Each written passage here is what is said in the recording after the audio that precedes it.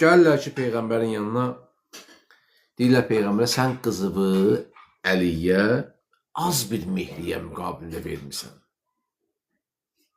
Az mehriyə müqabilində evləndirmirsən. Təbii ki, Peyğəmbər heç vaxt bir şey özü görməzdi.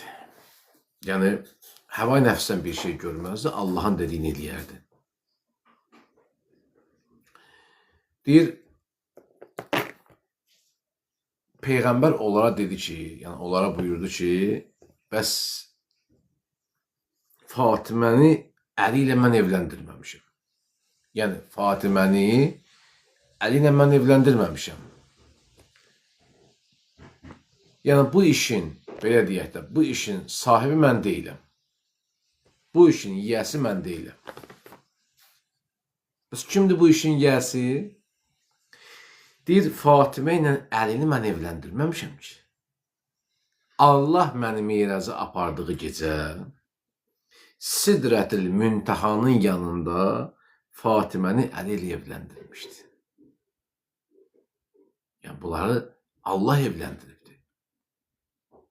Mən evləndirməmişəm bunu. Mərhum Allahın məclisi bu hədisi Cabirdən nəql edir özünün Biharul Ənvar kitabında. Peyğəmbər və Ali Peyğəmbər salavatla yad edək. Allahümmə səlli alə Muhammed və Ali Muhammed və accil fərəcəhum. Belə, istədim ki, bu hədislə sizin üçün bir təvərrük olsun. Tələbələr içimiz qarışıq tələbə olmaqla öyrənək. Bu hədis haqqında məlumatımız olsun ki, əslində bu izdivacı Allah istəyibdir, bu izdivacı Allah razılıq veribdir və bu izdivacın olmasında Allah mühüm bir nəzər olubdur. Muhammed və Ali Muhammed salavatla yad edək. Allahümmə salli alə Muhammed və Ali Muhammed və accil fərəcəhum. Amma bizim bugünkü dərsimiz 35-ci dərs səhv eləmirəmsə, ruzi baxımındadır, ruzi növlərinlə bağlıdır ki, yenə Əmir Əl-Müminin əleyhissalam Nəhcül Bəlağədə övladı Həzrət İmam Həsən-i Müctəba əleyhissalama vəsiyyət edir ki, biz zaman neçə müddət artıq bu vəsiyyətin neçə hissəsini artıq öyrənmiş. Hətta bu kitab bizim üçün o qədər şirin və dəyərli kitabdır ki, demək olar ki, hər gün bu dərsə baxırıq, gözdən keçiririk bu dərsi. Mən istəyirəm çox vaxtınızı almayam, elə həmin hədisin hissəsini oxuyam, ruzi ilə bağlı hissəsini. Qalə Əmir Əl-Müminin əleyhissalam وَالرِّزْقُ رِزْقَانِ رِزْقٌ تَطْلُبُهُ. Ruzi iki qismdir. Ruzi iki qismdir. وَرِزْقُ يَطْلُبُكَ وَإِنْ لَمْ تَأْتِهِ أَتَاكَ وَاعْلَمْ يَا ابْنَ أَنَّ الدَّهْرَ ذُو ظُرُوفٍ لَا تَكُنْ مِمَّنْ يَشْتَدُّ لَئِمَاتُهُ وَيَقُولُ عِنْدَ النَّاسِ عُذْرُهُ مَا أَقْبَحَ الْخُضُوعُ عِنْدَ الْحَاجَةِ وَالْجَفَاءُ عِنْدَ الْغِنَى. Buyurur ki, Əmir Əl-Müminin əleyhissalam, ruzi iki qismdir. Birini sən axtarırsan, düşürsən ruzinin dalınca, iş axtarırsan, ruzi qazanmaq istəyirsən. Biri də sən axtarır. Yəni, iki cür ruzi var. Birini sən axtarırsan, bir də gəlib sən axtarır. Buyurur ki, və sən onun ardınca getməsən, o sənin ardınca gələsidir. Bil ki, oğlum, dövran dəyişməkdədir. Məzəmməti ağır, xalq yanında üzrü az adamlardan olma. Ehtiyacı olanda təvazö, varlı olanda sərtlik necə də pisdir. Çox mühüm bir məsələyə toxunur Əmir Əl-Müminin əleyhissalam ki, hər toxunduğu mövzu elə zamanəmizin mövzusudur.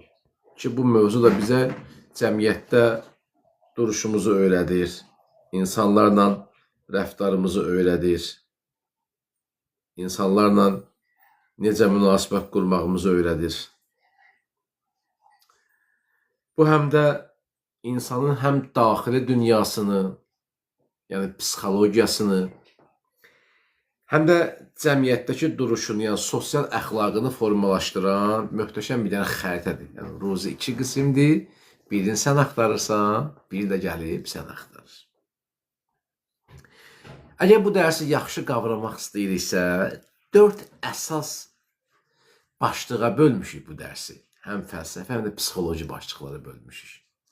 Və çalışmışıq ki, məsələnin mənəvi tərəfinə səfər eləyək. Yəni, məsələnin mənəvi hissəsinə baxaq, o baxımdan izah eləməyə çalışaq. Ümidvaram ki, tələbələr də diqqətli olarlar, dərsə xüsusi bir nəzər yetirərlər. Çünki çox mühüm dərslərdəndir. Dedik ki, 4 əsas prinsipə bölsək, biri budur ki, təşvişdən qurtuluş və təvəkkül. Yəni, hamı bir loxma çörək qazanmaq istəyir. Yəni, bu da baxsaq, 8 dəfəlikdə bugün az adam gəlmişik. Adətən diqqətləmişəm, adamlar az olanda dərs daha keyfiyyətli olur. Bilmirəm, siz də bunu hiss eləmişsiniz, yoxsa yox. Hamı səhər çıxır, fikir versin, hamı səhər tezdən bir dənizdə işləyir, biri avtoservizdə işləyir, biri xadimədir, biri məsəl üçün kafe restoran sistemində işləyir, biri tikintidə işləyir, yayqış, biri paltar dərz toxuyur, biri şirniyyatlar pişirir, məsələn, biri xəstə baxıcısıdır, biri nə bilim, beton qarışdırır, biri fəhləli yeriyir, biri ustadır və s. Biri müəllimdir, biri əskərdir, biri mağaza sahibidir, biri satıcıdır. Yəni, hamı səhər, o bizdə söz var da, bir loxma çörək üçün hamı səhər çıxırıq. Yəni, hamı səhər çıxır evindən bir tikə çörək üçün, gedir ruzinin dalınca. Yəni, bir təşviş vardı, ay Allah, bugün 5 manat pulum olsun, məsəl üçün da, 5 manat pulum olsun, bir dənə uşaq qabağıma qaçır, cibimdə 5-10 manat pulum olsun, çörək pulu qazanım, borcumu verim, kreditlərimi qurtarım. Ki, hamı bir səhərdən axşama bir təşviş içində olur. Deyir ki, ruzi 2 qismdir, bir insan axtarırsan. Bir də sən axtarır. Və sən deyir, onun ardınca getməsən, o sənin ardınca gələsidir. Baxın, Allah rəzzaqdır. Rəzzaq sifəti Allahın feyli sifətlərindən, yəni zatı sifətlərindən deyil, tövhid oxuyan əzizlərimiz bilirlər. Allahın feyli sifətlərindən, sonradan əmələ yaranan sifətlərindəndir. Yəni, bu nə deməkdir? Bu demək ki, Allahın zatı sifəti deyil, əvvəldən bu yox idi, sonradan bu məsələlər olubdur. Baxın, görürsünüz, Allah okeanlarda, dənizlərdə, hələ biz quruda nə qədər canlılar görürük. Havaya baxsan, nə qədər canlılar var. Gözlə gördüyün canlılar da var, görmədiyin mikroorqanizmlər də var. Hətta mikroskopla neçə yüz böyüdürsən, onları görə bilirsən. Sual çıxır, bunların ruzi məsələsi nə cür tənzimlənir? Əlbəttə, dərsimiz bu deyil, ha. Dərsimiz tövhid dərsi deyil. Yəni, siz diqqət edirsiniz ki, milyonlarla, neçə yüz dəfələrlə mikroskopla böyüdülən bir canlı hüceyrə varlıq belə qidalanır. Ona o nəfəsi kim verir? Ona o havanı kim verir? O suyu kim verir? Necə qidalanır? Bununla da işimiz yoxdur. Məsələ burasındadır ki, bu iş elmlə ölçülmür. Bu iş hansısa bir savadın elmin müqabilində ölçülmür. Məsələn, adam oxuyub çox gözəl təhsili var. Məsəl üçün, amma gedir ayda 350-400 manat bir dənə idarədə işləyir. Adam da var, oxumayıb, təhsil almıyor, amma sənətkardır, ayda 2000-3000 xeyri var. Görmürsünüz belə insanları? Görməmiş olmazsınız. Mütləq bu. Adam var, əkin biçinlə məşğuldur. Əkir, biçir, taxıl, arpa əkir, məsəl üçün, özünə qismət, halal ruzi qazanır. Sezonlu işləyir, mövsümü işləyir, məsəl üçün. Və bir mövsüm qarpız işində işləyir, 3 ay, 4 ay, 5 ay sonra həmin o başqa günlərdə sığortalayır. Xülasə, yəni bu elm və ya ağılla ölçülə biləcək bir məsələ deyil. Deyim ki, yəni xüsusi bir elm lazımdır buna, yox. Bu Allahın bir dənə rəhmətidir ki, insanlara Allah rəzzaqdır, ruzi verəndir. Hətta suyun ən qata dərinliklərində belə olan varlığa Allah ruzi verir. Yəni, İslama görə insanın ruzisi yalnız puldan ibarət deyil. Bu sözün mənəvi izahı budur. Əslində bunu demək istəyirəm. Bura sağlamlıq da aiddir, ailə aiddir, bilik aiddir, mənəvi rahatlıq aiddir, həyatın özü daxildir. Yəni, biz ruzi deyəndə tək düşündüyümüz yemək içmək olmasın. Yemək içmək olmasın. Tək bu da hansısa bir çörək, su və içki ol, başqa bir içəcəyin bir meyvə suyu deyil. Bu da mənəvi qida da daxildir. Bura sənin qəlb aramlığın. Bir gözəl məclisə qulaq asdın, məsələn, bir dənə elmi, bir fəlsəfi konferansda iştirak elədin, bir seminarda iştirak elədin, canlı, onlayn və əyani şəkildə. Görsən, elə məsələn verilişlər var ki, baxırsınız, adam rahatlıq tapır. Bilmirəm, belə verilişlər. Adam var, məsələn, heyvanlar aləminə baxır, rahatlıq tapır. Adam var, məsələn, bir dənə ruhani, ilahiyyatca qulaq asır, rahatlıq tapır. Adam var, bir dənə mərsiyə qulaq asır, qəlbində bir rahatlıq olur. Adam var, məsəl üçün, bir dənə xutbəni dinləyir. Adam bir kinoya baxır, rahatlaşır, beyin sakitdir. Bir təbiət mənzərəsinə baxır. Xoruzun banlamasına, quşun cəhcəh vurmana qulaq asır. Yəni, rahatlıq da bu mənəvi qidadır, bu mənəvi ruzidir. Bu da bir mənəvi qidadır, bu da bir mənəvi ruzidir. Din bizə başa salır ki, ruzi deyəndə təkcə mədəni doldurmaq düşünülməsin. Təkcə bu deyil. Bunlar sənin həyatda qalmaq üçün minimum bir paylardır. Məsələn, aldığımız nəfəsdir, təbii ehtiyaclar və s. Sənin axtardığın ruzi, çalışmaqla əldə etdiyin nemətlərdir. Adətən insan daha çox qida, yəni maddi yönümlü ruzi arxasında gedir. Baxın, bir dənə özümüzə sual verək. Biz maddi ruzi dalında çox gedirik, yoxsa mənəvi ruzi dalında çox gedirik? Görsən, hətta adamlar var, deyirsən ki, falan işdə işləmədi, neyiniyim, çıxın, bəs işsiz qalım, məcburam orada işləməyə, nə olsun, içki var və s. məsələ. Adətən insanlar çox vaxtı maddi aləmin ruzisi ilə bağlı maraqlanır. Mənəvi qida ilə o qədər maraqlanır və bu nəticə etibarilə təsir qoyur ki, cəmiyyətdə fəsadlar çoxalır. Yəni, insanlar hər şeyi maddiyyatla ölçdüyü üçün, yəni maddi aləmə qərq olub, onunla yaşadığı üçün insanlar zövq ala bilmirlər. Məsələn, musiqidən zövq ala bilmir bir dəstə insanlar var. Elə musiqilərə qulaq asırlar ki, cəmiyyət tərəfindən bir mənalı əslində qarşılanmır. Ruhunu çox haram musiqilərlə qidalandırır, zəhərləyir. Və adında qoy ki, nə qədər insan baxır, baxsın da. Deməli, bu demək ki, cəmiyyət korulub, cəmiyyətin zövqü pozulubdur, cəmiyyətin ruhi qidası pozulubdur. Xülasə, bu sənin axtardığın qidadır. Ki, nə qədər ki, insanlar məhz bu qidanın dalına düşəcəklər, kör-körənə həyat sürəcəklər və nəticə etibarilə mənəvi məsələlərdə, mənəvi aləm də azalacaq və cəmiyyət, bir də baxacaqsan ki, kütləşəcək, cəmiyyət həqiqəti öyrənmək istəməyəcək, cəmiyyət gerçəklikləri bilmək istəməyəcəkdir, cəmiyyət o ifratçı, yalancı, bayağı işlərlə razılaşacaqdır. Və cəmiyyət ağıldan düzgün istifadə etməyəndə və bir nəfər də ağıllı addım atanda onu qəhrəman kimi təqdim eləyəcəklər. Bilmirəm, bu dövrə gəlib çıxmışıq, yoxsa yox.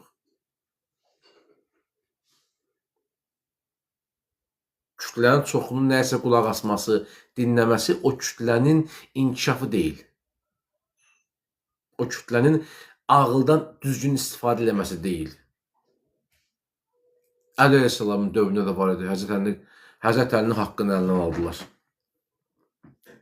O demək ki, cəmiyyət ağıllanmışdı. Yox, o cəmiyyət təskiyə olunmamışdı, cəmiyyət islah olunmamışdı. Elə birisi asan idi Həzrəti Əli Əleyhisselam üçün o vilayəti arxasında getməmək çox çətin idi. Biz danışırıq, bizə asan gəlir. Kitab da götürüb oxuyuruq və minbərdən qulaq asırıq. Siz bilirsiniz nə qədər burada ağır proseslər getdi, nə qədər ağır siyasi problemlər, iqtisadi problemlər, İslamın dağılma, məhv olma ehtimalı var idi. İslam yeni-yeni dirçəlirdi.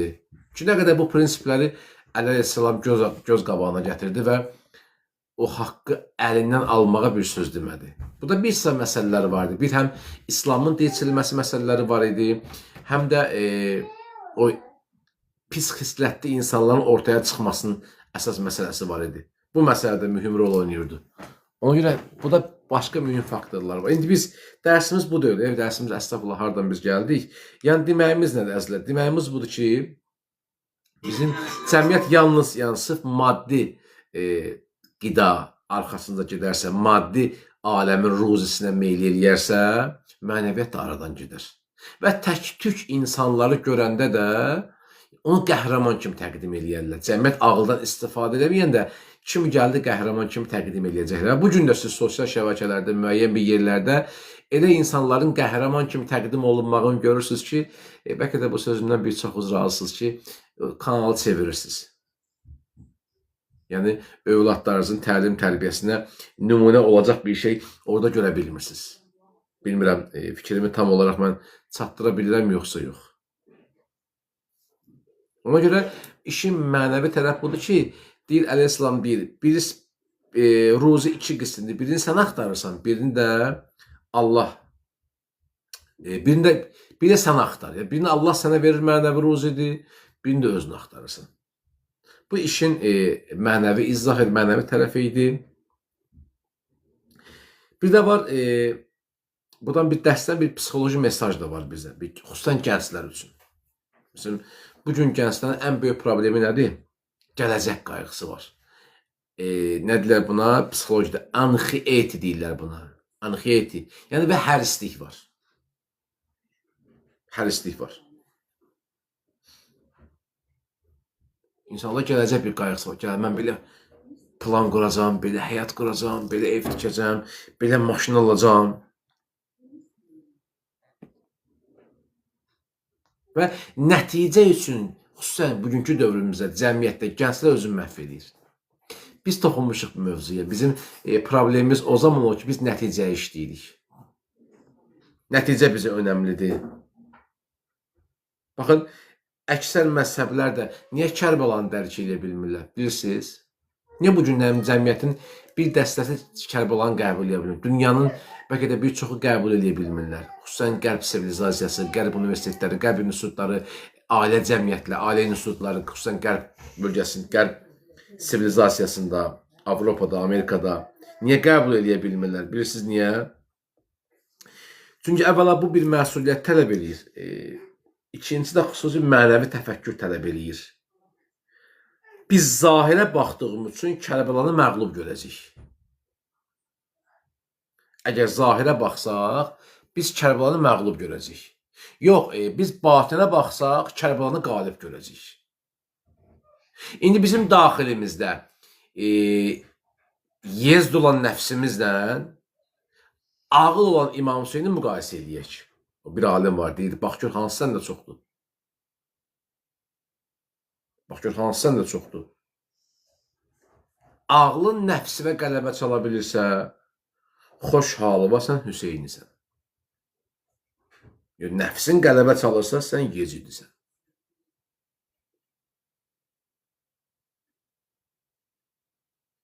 Və şeytan, həvai nəfs, sənə gələcək qurmaq xəyallarına, ruhuna sirayət edir və səni həqiqətdən uzaqlaşdırır. Həqiqi amalda, ali həqiqətdən uzaqlaşırsan sən. Çünki sənin üçün nə önəmlidir? Nəticə önəmlidir. Sən, məsəl üçün, pul üçün maşın al, sən ev almaq üçün pul yığırsan. Qoy, sadə misal deyim sizə. Yəqin ki, aramızda deyək ki, kimsə pul yığır. Deyir, 5 manat, 3 manat atım dala, məsəl üçün. Kirədə qalıram, ev alacam. Məsəl üçün deyirəm ha. Və ya maşın alacam, bir torpaq alacam. Normalda çox gözəl qulağa səslənir. Evim olsun da, evin nə ziyanı var ki? Özümü ev tikim da. Və ya maşın alım da, ailəmi gəzdirəm. Nə ziyanı var ki? Bir şey, məsələn, o şey reallaşmayanda biz həvəsdən düşürük, məyus oluruq. Amma işin bir başqa tərəfi var. Gəl görə o işin baş tutmamağına səbəb nə oldu? Məsəl üçün, borcun vardı, məcbur qaldın, borca verdin. İndi baxaq, gəl müqayisə eləyək. Ev alıb, orada saadət dolu ömür sürə bilməyəcəkdinsə, Allah istəyən bir ev olmayacaqdınsə və abrın gedəcəkdisə, elə borcu verib abrı budan getməyinin qarşısını almaq daha yaxşıdır. Bilmirəm, fikrimi çatdıra bildim yoxsa yox. Bəzi istəklərimiz qəbul olmayanda narahat olmayaq. Bu bizim xeyrimizdir əslində. Çünki biz başqa şey bilirik, Allah başqa şey deyir. Allah hər dəfə dolayıcı yolla bizim ruhumuza isindirməyə çalışır, bizə aydınlatmağa çalışır, kimlərdə dilindən bir baş vermiş hadisələrlə ki, bax, budur, ibrət götür, dərs götür, ibrət götür. Ona görə nəticəyə çox zaman biz işləyirik. Hə, niyə uduzdur, yaxşıdır, niyə? Məsələn, Həzrət Əli əleyhissalam necə kişi idi ki, xanımını qapı arxasında qoydular, dillənmədi. Verilən suallardan bir də budur da. Verilən suallardan bir də budur. Niyə əleyhissalam dillənmədi?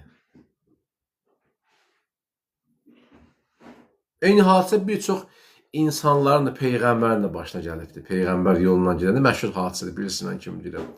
Bir qadını, səhv eləmirəmsə, Əmmar Yasir'in anasını, yoxsa başqa bir xanımı döyürlər, təhqir edirlər, əzirlər, Peyğəmbər bir söz demir. Peyğəmbər müdaxilə eləmir. Açın tələbələr, yaxşı baxın bu hadisəyə. Yaxşı bir dənə izlə, analiz, təhlil etməyə çalışırsınız. Bunlar böyük dərin söhbətlərdə çox dərin mənası olan bir mövzudur bu mövzu. Gör, biz haradan gəlib çıxırıq ruzi baxımından. Bəlkə də biz bu dərsi başlayanda bir çoxları düşündük ki, ruzi çörək pulu qazanmaq, iş sat, belə. Hətta bəziləri gözlü ki, mən hansısa bir dua deyəcəm, ruzi baxımından bir dua oxusunlar.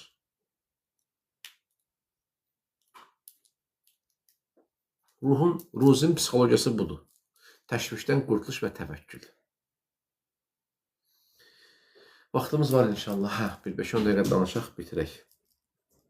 İkinci, dəyişən dövran, həyatın qeyri-sabitliyi. Məsələn, Əl-İslam deyir ki, oğlum, dövran dəyişməkdədir. Yəni, hər dəqiqə bir şey çıxır. Hər dəqiqə bir şey çıxır. Yəni, dünya heç vaxt eyni vəziyyətdə qalmır. Görmüş, hətta məscidə gedin, hətta məscidlərdə belə gedin. Hətta məscidlərdə gedin. Bax, cümədən cümə gedin məscidə, hər dəfəsində fərqli insanlar görəcəksiniz. Hər gün işə girib gəlmirsən, eyni insanlar hər gün görməyəcəksən. Başqa-başqa insanlar olacaq. Hər gün eyni maşına minə bilməyəcəksən. Birən başqa maşın gələcək, birən başqa maşın gələcək. Metroya düşürsən, hər dəfə qatarda eyni insanları görə bilməzsən.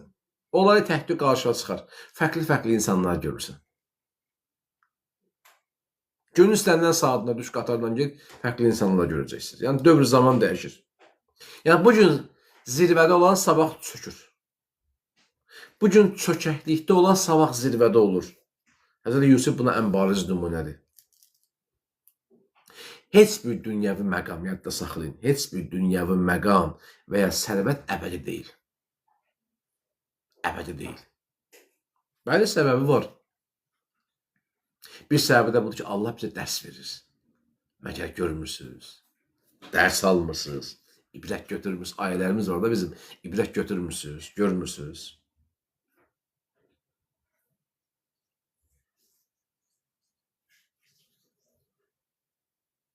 Baxın, insan dəyişkən varlıqdır. İnsan dünyanın dəyişkənliyini qəbul eləsə ki, psixologiyada buna deyirlər resilience. Deyirlər buna psixologiyada. Yəni, psixoloji mesaj dərsində bu. İnsan dünyanın dəyişkənliyini, insanların dəyişkənliyini qəbul eləsə, maraqlıdır ki, insan sözü də unutqan deməkdir. Çox maraqlıdır. Və adam sözü də, Adəm sözü də torpağın alt qatlarından birinin adıdır. Adam sözündəndir.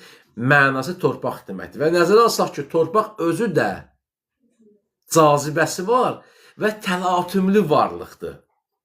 Baxın bizə, insanlara baxın. Məsələn, indi sevinir, gülürük, düzdür. İndi mənə qulaq asır, düzdür. İndi mənə qulaq asırsınız. Ola bilər, dərs bitəndən sonra evdə uşağa hisslənəsiniz. ya qışqırasınız, ya sevinəsiniz. Məsələn, 5 dəqiqə adam sevinir, 5 dəqiqə sonra adam əsəbləşir. Və ya ağlayır, məsələn, 5-10 dəqiqə sonra insan sevinir, üzünə bir təbəssüm yaranır. Əsəbləşir, görürsən, tamam başqa adam oldu. Zatımız torpaqdandır, dəyişkən varlığıq. Təlatümlü varlığıq, qaynayıb, üzürsəm, qarışan varlığıq. Bilməm, fikrimi çatdıra bilirəm, yoxsa yox. Nə demək istəyirəm? Bax, insan bu dəyişkənliyi qəbulləsə, məsələn, mən qəbulləsəm ki, Aşıq Zəhra dəyişkən adam. Adam bu günlərim emosionaldır, sabahlarım nədir? Sabahlarım ağlayacaq. Bəli, başımızı götürüb hara qaçaq. Əhsən, qəşəng sualdır. O bizim köhnələrin bir sualı var, deyir ki, ölsəm canımı qutarar. Daha deyim ki, əsas ondan sonra başlayır. Hə, başımızı götürüb qaçmaq üçün Həzrəti Əli olmaq lazımdır.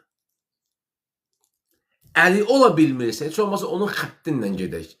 Deyir, mən and olsun Kəbənin Allahına canımı qutardı. O, başına qılınc dəyəndə, zəhərli qılınc dəyəndə, əleyhissalamın. Dünyanın dəyəri mənə keçinin ağız suyundan aşağıdır. Keçi hamımız görmüşsünüz da. O üzrsən, bəzi heyvanların ağzından su axırı belə. İtlərin, pişiklərin, keçilərin, qoyunların, malların. Keçinin ağız suyundan aşağıdır. Dünyanın dəyəri. Dünya dəniz sözündəndir. Mənası alçaq deməkdir. İnsan da unutqan deməkdir. Təsəvvür edin. Görün, biz kimlərdən konuşuyoruz. Gör, biz kimlərlə yoldaşlıq, dostluq, qardaşlıq edirik, insanlarla. O insanlar ki, unutqandılar. O insanlar ki, hər dəqiqə sənə zərbə verə bilərlər, xəyanət eləyə bilərlər. Nə qədər belə hadisələrin şahidi olmuşsunuz. İllərin dostları, qardaşları bir-birinə xəyanət eləyiblər. Nə qədərə. İndi nəticə nədir? Bu da dərsimiz çox uzundur, mən qısa deyim inşallah. Nəticə bilirsiniz nədir? Biz başa düşsək ki, insanlar dəyişkəndir, əziz tələbələr, əziz qardaş bacılarımız. Anlasaq ki, insan dəyişkəndir, biz itkilər qarşısına sarsılmayacaq. Heç olub belə bir söz demişsiniz. Mən olsa bilirdim da belə olacaqdı. Demişdim da sizə. Heç belə bir söz demişsiniz bir-birimizə, kiməsə. Məsələn, otmusan bir nəfər sənin yanında söhbət edir, mən demişdim da belə olacaqdı. Olsa bilirdim belə olacaqdı. Heç belə şeylə demişsiniz, yəni deməmiş olmazsınız. Ya ailədə, ya dostlar, bir yığıncaqda. Deyir, filan kəs belə iş ki, xəbərin oldu, belə şeylədir. Deyir, mən demişdim da belə olacaqdı. Olsa əvvəldən bilirdim belə olacaqdı. Əvvəldən bilirdin, yəni nə? Sən ehtimal versən ki, bu adam bu tip adamdır. Əlbəttə, bu tip adamdan bu şey gözlənilir. Sən içki, şərab düşkünü adamdan ağıllı iş gözləməyəcəksən ki, sən bir dənə içki audətçisindən, narkotik maddə audətçisindən gözləyəcəksən. Sən bir ədəbsiz qadından, sən bir dənə üzr istəyirəm, qeyrəti olmayan kişidən nə gözləyəcəksən? Aydın məsələ ki, bundan ancaq bir ədəb iş görə bilərsən. Ancaq görsənə bilər. Gözlənti budur. Yəni, bu bir iş görsə, bir günah edəsə, heç o tüqlər demiş, şaşırmayacam, təəccüblənməyəcəm. Bax, biz ümumilikdə dünyaya qarşı bu düşüncədə olsaq ki, dünya dəyişkəndir, insanlar dəyişkəndir, itirdiklərimiz bizi sarsıtmaz. Depressiyaya düşməyəcək. Və bu fikir siz tələbələrə, bizlərə öyrədir ki, həyatın sınaqlarına və gözlənilməz dəyişikliklərə hər zaman mənəvi hazır olmalıyıq. Qəfildən anamız rəhmətə gedə bilər. Qəfildən atan rəhmətə gedə bilər. Xanımın rəhmətə gedə bilər. Övladın dünyasında. Oturduğun yerdə xəbər gələr ki, doğman qəza keçirdib, avtoqəza dünyasını dəyişib. İllərlə gözlədiyin bir, bəslədiyin övladın avtoqəza dünyasını dəyişibdir. Əlbəttə, bunlar danışmaq ağırdır, ha? Çətin proseslərdir bunlar. Buna dözmək, həzm eləmək. Təsəvvür edirsiniz? İllərlə uşaq böyüt, övlad böyüt. Və sənə xəbər gəlir ki, uşağınızı maşın vurubdur. Ki, Allah göstərməsin. Allah heç bir valideyni övladını imtihan eləməsin. Təsəvvür edirsiniz? Bunlara biz nə qədər hazır ola bilərik? Ona görə çətin də mümkündür. Əli Əleyhisselam bir dənə sahabəsi var. Deyim da bununla dərsi bitirim inşallah. Çünki dərsimiz çox genişdir. Çox genişdir. Yadımdan çıxıb o səhabənin adı. 4 hərfli adı var idi. Onun ola bilsin yadıma düşsə deyərəm, Atabalı idilər. Hər ikisi Həzrət Əlinin aşıqı idi. Bilal əleyhissalamın səhabəsi idi, onun oğlu idi. Deyir, bunları tuturlar ki, Həzrət Əliyə olan sədaqətinə görə bunları tuturlar, cəzalandırmaq istəyirlər. Belə qəribə adı var, yadımdan çıxır, yadıma düşsə deyəcəm sizə, söz verirəm sizə. Deyirlər ki, birinci hansınızı öldürək? Atası deyir ki, birinci oğlumu öldürün. Normalda bu cürdə ata balanı öldürmək istəyəndə ata deyər ki, birinci məni öldürün, oğlum ölməni görməyim. Bu amma əksinə deyir. Yenə də yadımdan çıxıb hansı səhabə, deyəcəm hansı səhabə, yadımdan düşsə. Deyir, niyə bu cür deyirsən? Deyir, ona görə ki, oğlum məni çox istəyir. Ola bilər ki, siz məni öldürərsiniz. Həzrət Əli olan məhəbbətimə görə öldürərsiniz. Və oğlum mənim ölümümə görə Həzrət Allaha küfr eləyə. Əlinin vilayətindən çıxar. Ki, bizim də bugün cəmiyyətimizdə, dünyamızda ən zəif yerlərimizdəndir. Bəzən övlada görə Allahdan küsürük, bəzən yaxınlara, doğmalara görə namaza süs yanaşırıq, bəzən namazı gec qılırıq, bəzən qonağımız, sonra qılaram da qonağımız gəlibdir. Allah sənə zəng edir, sən cavab vermirsən. Allah sənə zəng edir. Amma desələr ki, telefonun arxasında sənə mühüm bir zəng var, o zəngə cavab verməsən, çox böyük bir faciə baş verəcək, həmin dəqiqə cavab verərsən. İtkin düşmüş bir insanın axtarışıyla bağlı axtarış vermişsiniz, sən o zəng görür, xəbər gözləyirsiniz. Necə ona cavab verərsiniz, necə ona baxarsınız? Yox, Hani də öldü, Hani Küfədə ölmüşdü, iman səhifəsi. Haninin qəbri Küfədədir, Hani deyildi. Yadıma düşsün deyəcəm və birinci oğlunu öldürürlər, oğlun başını kəsirlər. Oğlunu, sonra atasını öldürürlər. Ki, əleyhissalam məşhur səhabələrindən biri olur. İndi bax düşsə, deyəcəm Allah qoysun. Mən istəyirəm dərsi bitirəm, niyə danışım? Mən bu qədər dərsi niyə danışdım, əzizlər? Yəni, bizim ruzimiz təkcə o deyil. Yəni, ruziyə qədər çox vaxt narahat olmayın. Allah ruzi verəndir. Sən mənəvi qidaların üçün, mənəvi ruzun üçün narahat ol. Sən zaten bir ət çalış, Allah ruzi verəcəkdir. Allah sənə bir yol göstərəcək. Sənə bir yol açacaqdır. Sən çalış, mənəvi aləm üçün, qidalanmaq üçün cəhd göstər. Ki, sənin əsas hidayətin bundadır, sənin əsas nicatın bundadır, müvəffəqiyyətin bundadır, ali hədəfə yetişməyin bundadır, həqiqi bəndə olmağın ondadır. Nəinki sənin bir çörət dalınca, sokmoq dalınca qaçmağın, karçuka soğan dalınca qaçmağın. Bunlar üçün zaten işləyəcək, Allah ruzu verəcək.